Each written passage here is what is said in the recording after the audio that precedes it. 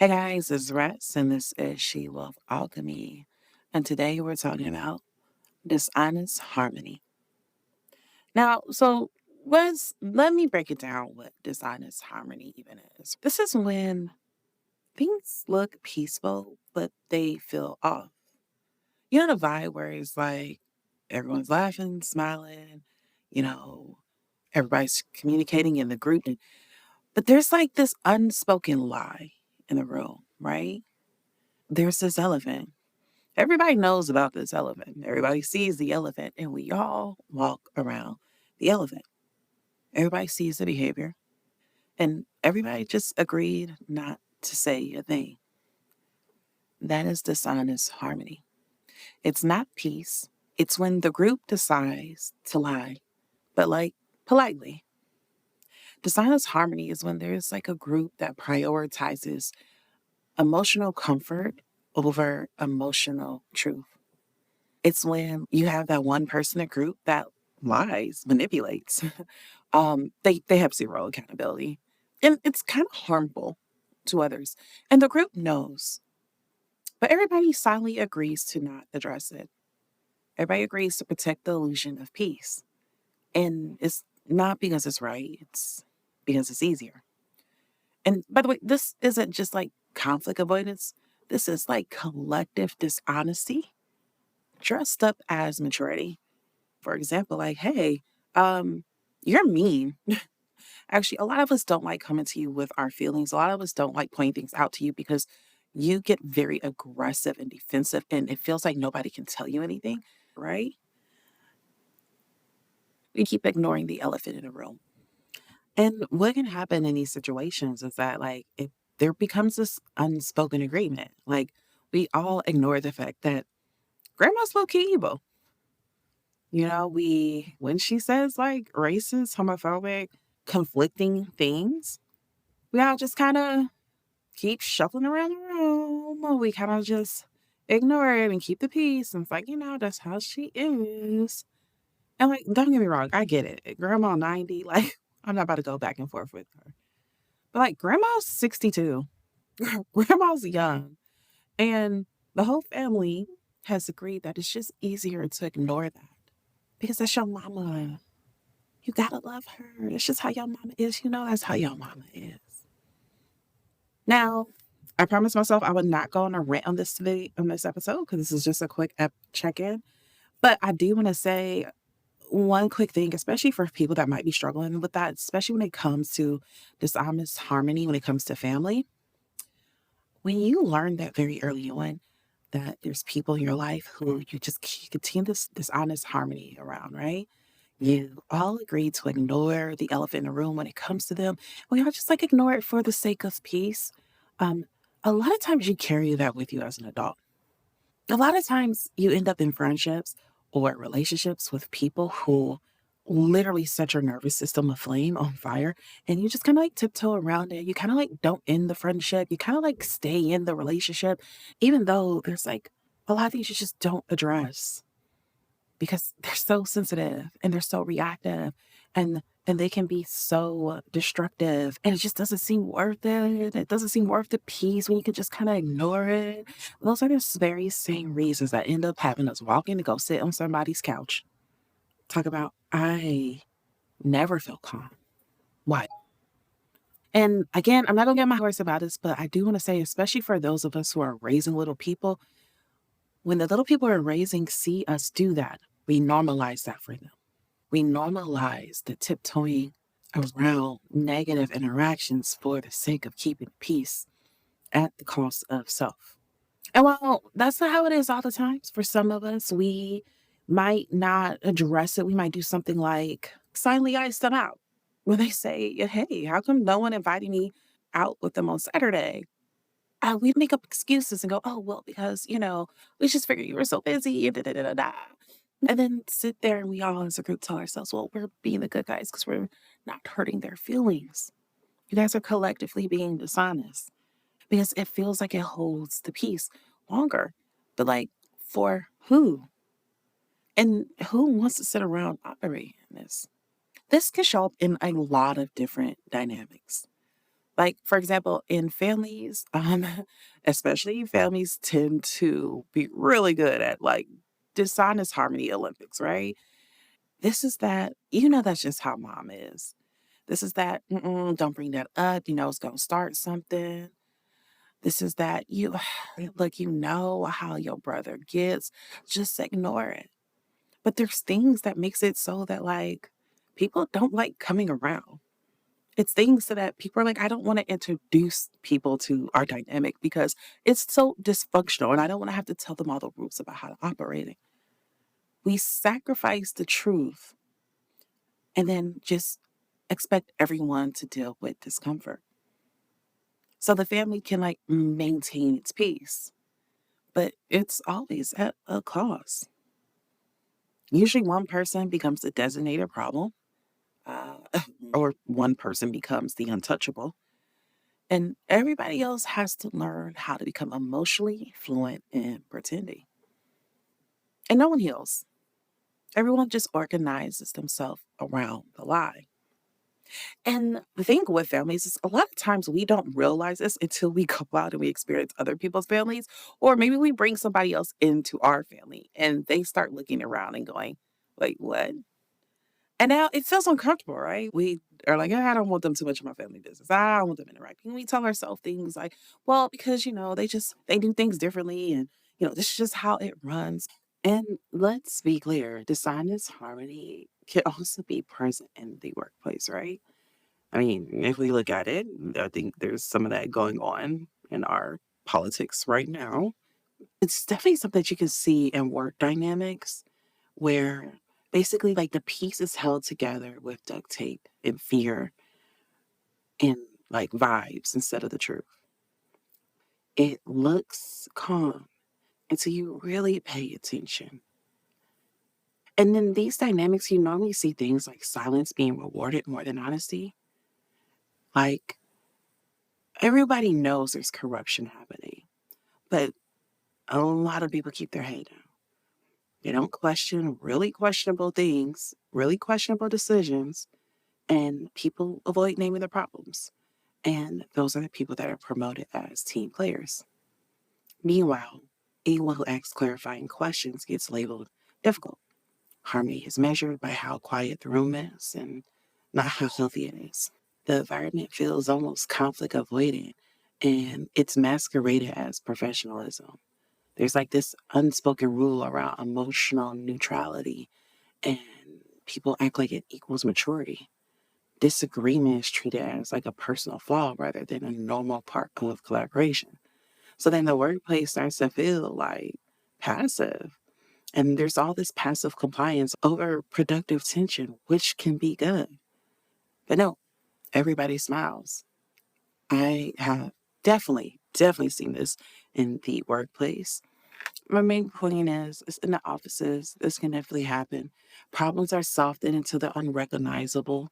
Feedback is like vague and kind of pointless. You get lots of let's circle back when what that really means is I don't plan to deal with this. Emotional labor then begins to fall on the same people, right? Certain employees are expected to absorb tension, smooth over conflict, regulate everybody's mood. They become like the office peacekeepers instead of being allowed to just do their fucking job and not everyone else's. The reward is more responsibility and less protection. And also, what you tend to see in these dynamics is like power is hidden behind smiles and like fake niceness. Like leadership covers controlling behavior as like just trying to protect you guys. And boundaries are crossed under the guise of like, we're just like a family. This is what we do. Decisions are made without a lot of transparency. But if you question it, you are framed as that. I once worked a job where everybody made it seem like it was normal that we would come in on the weekends, like a couple times a month to catch up on work. And it's not catching up on work because you were lazy. It's catching up on work because it was always so much to do. And then also, if you were a good worker, you end up taking on more than just your fair load.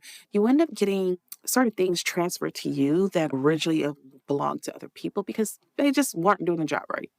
And so they would just give it to you, even though it's harder, even though it did require people with more experience and more years.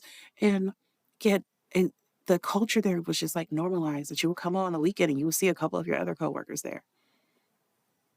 And I remember like not recognizing how odd that was until I got to the point where I was in my 2.5 year mark where I started to experience burnout. And I had to really question myself, like, why am I burnt out? And I'm like, oh, because we are all keeping up this guise that this is so great and amazing when the truth of the matter is the people who really try hard to do their job and do it well, we're not rewarded, we're punished. The people who are like, fuck this job, I'll come in when I come in. I have an excuse for why y'all didn't see me where I was supposed to be. Those are the people who are getting rewarded. Hell, we had one person who was so horrible at their job, they're never actually where they're supposed to be. None of us can ever find them when we're supposed to.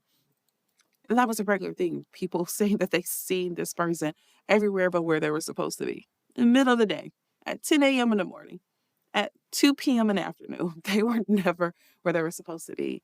And you know what they got for that? A couple of us spoke up because we were drowning. We were freaking drowning because it got to the point it felt like four people were doing the job of seven.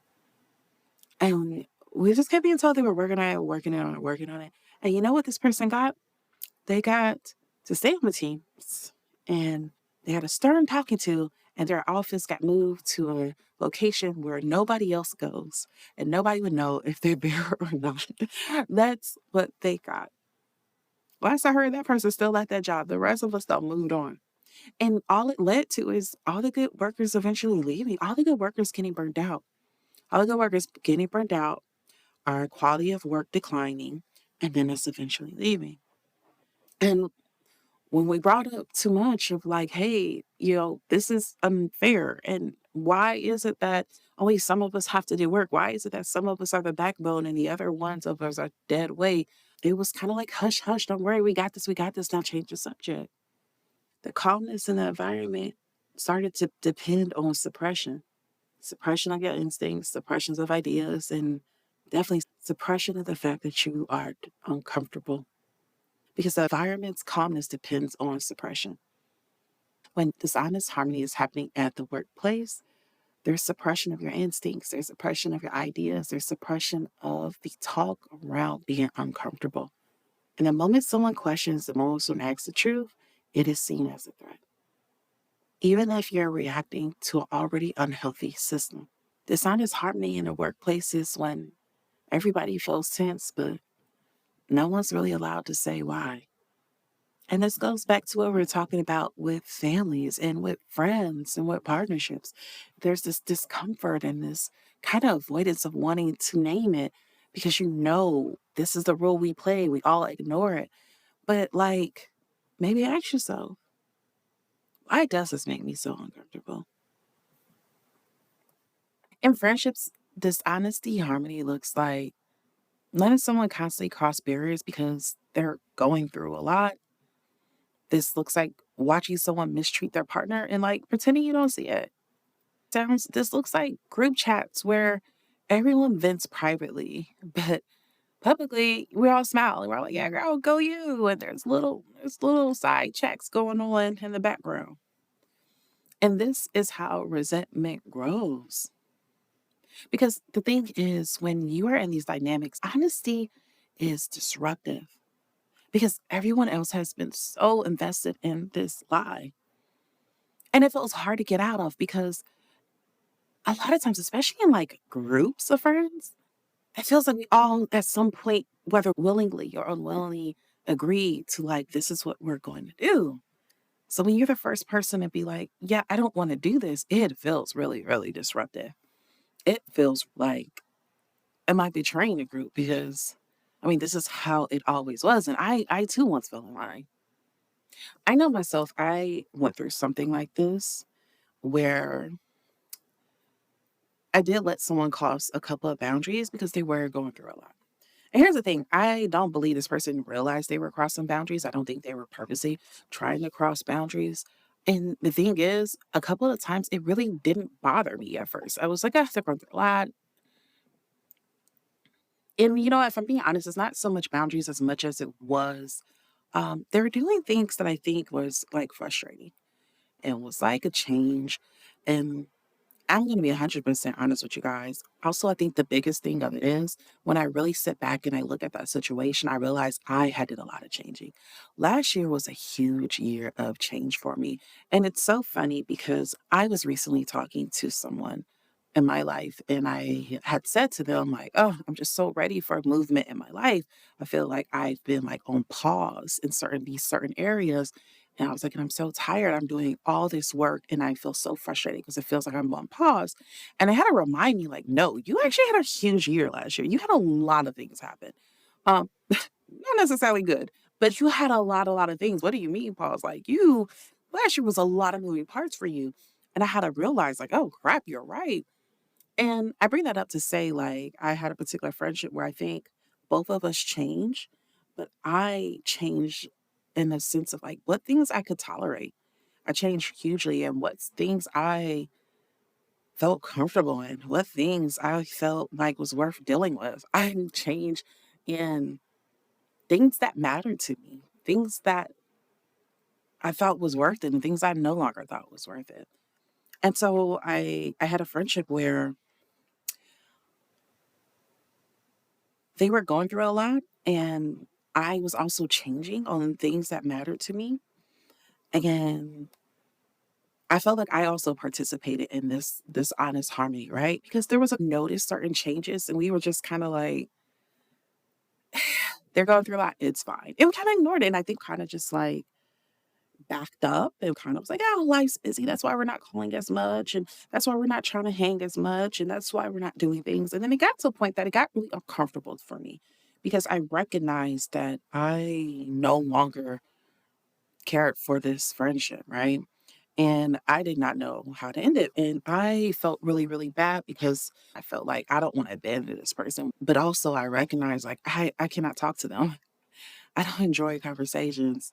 I don't want to hang with them. And it kind of created this like point for me where I think I just kind of avoided them. And I struggle with that because it went against my core beliefs of who I am as a person. I believe I'm an honest person. And I try to live up to that as much as possible. And so I felt like I was being dishonest by just being like, yeah, I'm just busy. And it was hard because I kind of knew when I finally had to have the conversation of like, hey, things have been off. And also, like, I don't want to fix it. Because that's the conversation I had to have. And I kind of had this Tamia moment. I don't know if you guys remember this her song "Stranger in My House," but the whole song is about her like singing to a partner and she being like, "Something has been up. Like our relationship isn't the same. You're doing these things that are like odd. I'm noticing like you're not acting the same way you used to act." And like, there's a stranger in my house. Like, just but you, my person, my partner that's walking around every day acting like you the same. You not. It feels like you're a stranger. But then at the end of the song, she stops and is like, hold on, wait. Actually, the stranger might be me. I actually have changed. Actually, hold on. I'm saying like you're acting strange and you're acting different, but maybe it's me. Maybe I'm changing so much that like I just no longer vibe with this relationship or who you are, this person. And I kind of had that moment too where I was just like, you know what? I don't even know if I would say it's you're changing. I think I've just changed so much. Because it wasn't an offense to them. They're an amazing person. They do great things, but I think I changed so much that just certain things I was cool with, certain things that I was just like, that's just who they are. Why not? And could be like, just accept that face value. I had so many changes that I was like, you know what? No, I am changing. And I realized the version of me who I am now, it just no longer matches this bond. And there's just certain things that being in this bond has required that I just literally don't want to do. Like I don't want to work on it. I don't want to fix it. And I feel like it would be asking you to be a different version of yourself. And I don't want to ask you to do that. Whether that's selfish or not, that's how I felt at the time. And staying in that bond felt dishonest for me. Even the idea of like, well, let's bring this up to talk it out and talk it through felt dishonest because I did not want to talk it out. I did not want to work on it. I did not want to grow in it. I really just felt like this is a bond that I feel like we both outgrew, but it can be really hard to break because it feels so disruptive. Hell, and that's just friendships because it feels disruptive in romantic relationships too. And in romantic relationships, it can be dangerous. This honest harmony in romantic relationships looks like avoiding hard conversations to just keep things good, pretending truth exists when it doesn't, calling emotional neglect peace. This is how people wake up years later feeling like strangers in their own relationship because it doesn't feel safe to tell the truth in these type of bonds. You put yourself in these situations where you start feeling like, I just don't want to hurt them. So who cares if it's hurting me? And you learn to tiptoe. Gosh, oh, I hate a relationship on tiptoes. I don't know about you guys, but definitely in my years, have been in relationships where I felt the need to tiptoe, to be soft, to not trigger, to not say the thing. And I'm sure I have been a person that people also felt the need to do that too, whether they needed to or not. But it's the art of practicing self abandonment. Because let's be honest, people do this out of a fear of abandonment. People do this out of a fear of being the villain. People do this out of the fear of walking the boat. They fear of losing access and approval and belonging. And I get it. Those are all very scary things, especially when you're like, "Oh, I really do care for this person. And I don't want to hurt them or these people." Or we're like, yeah, I know saying a thing is going to hurt them. And it is going to make me the villain. And I'm not trying to be the villain, but something needs to be said. And that's magnified if you learn very early on that silence equals survival. Or if you're interacting with people who don't do accountability, that are very defensive, and you're like, I am a low conflict person. So you pick harmony, even if it's fake. But there is a cost to dishonest harmony. And that cost is you. You start doubting your perceptions. You can start feeling isolated in your feelings and in your feelings. Because depending on what the dishonesty is that you guys all agree to ignore, it can keep your nervous system on edge. And that's what happened when you slowly abandon your voice. Peace that requires self betrayal is not peace, it's an emotional death. And then in group settings, it's even worse because the person that's doing the thing that we're all agreeing to keep quiet about and ignore, they never change. Because why would they? Everybody is catering to them or to the lie. And what is the benefit of changing? And the resentment just starts to spread underground. Yeah, maybe no one is saying anything to their face, but there's lots of side comments and side conversations, and trust starts to erode, even if it's quiet. The relationships, they do eventually collapse, probably later, but the collapse is not cleaner. At some point, the truth usually comes out, and the dishonesty just makes it louder and messier when it does. And let's be honest, for a lot of us, we've had that situation where the thing that comes out that everybody's been tiptoeing around, now when you point it out, it's like, oh, if it was such a problem, why have we been together for 4 years? If it was such a problem, why you been my friend for 15 years? It wasn't such a problem when I was paying for your rent. All the things. It's the things. And I bring it up because I think for a lot of us, the fear is that, well, I kept up with this for this long. What if it's thrown in my face? And here's the thing, if it's going to get thrown in your face, it's going to get thrown in your face. People are allowed to feel how they feel, just like you are allowed to feel how you feel. And your feelings should not be ignored. And what I mean by that is not a TikTok therapized way that goes, your feelings come first, fuck everybody else. That's not at all what I'm saying.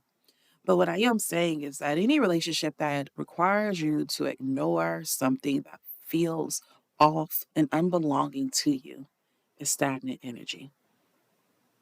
Lies clog, truth moves. So when you're in groups that suppresses the truth, know that it also blocks growth, repair, and intimacy. And that's why after a while, those type of environments feel very heavy draining or weirdly tense, even though nothing is technically happening, nothing is technically wrong. Think about it as, those family members that aren't good people. They're just not, aren't good people. We all walking around ignoring the fact that they aren't good people. And everybody tells you to ignore it, not to say anything. And now it's like, I don't even like coming over there when they're there. Now it's like, okay, when they speak, I got to get up and leave the room because it feels odd. It feels weird. I don't like being here. And that's because your body knows when peace is fake. Your spirit is not easily fooled by polite lies. And this is not to say that healthy harmony looks like constant conflict. It just means that truth is allowed. Repair is possible. Discomfort happens, but it's temporary. It's not forbidden. And accountability doesn't have to equate exile. And here's the thing, sometimes we can let it go on for too long where we don't want to repair, and that is fine too. It's honest and it allows for regulation. And if you're in any type of bond where telling the truth makes you the problem, you're not in harmony. You're in a system that's built on silence. And by breaking that silence, you're not ruining the peace. You're refusing to lie for it. And that's not dysfunction. That's integrity. So I ask you to examine, where are there any bonds in your life where you are upholding dishonest harmony, where to keep the peace, I just have to keep ignoring things. I just have to keep ignoring so much and keep up the lies, where everybody knows and no one says anything. And I want you to ask yourself, is the discomfort worth the peace? Is this really silence or is this a lie? Now, today's episode was just a quick check-in. That's all I have for you guys today. Be sure to follow our Instagram at She Wolf Alchemy and leave us a review. Leave us a review with some words wherever you are listening. We'll have a new episode for you guys next Sunday. Bye.